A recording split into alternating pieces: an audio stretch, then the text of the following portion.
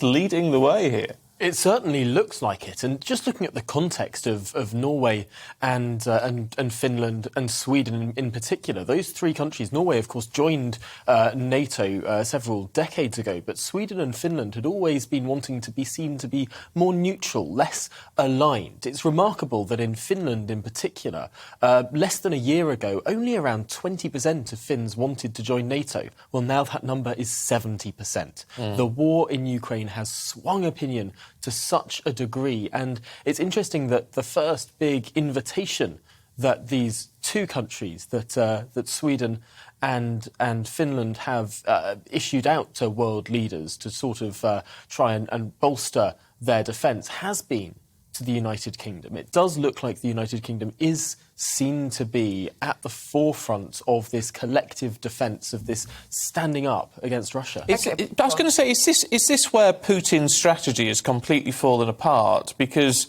he wanted to destroy NATO. Sweden and Finland weren't in NATO because they feared there would be repercussions from Russia after what they'd seen in the Second World War. But it's gone completely the other way now. You can only see this as a massive own goal from Vladimir Putin.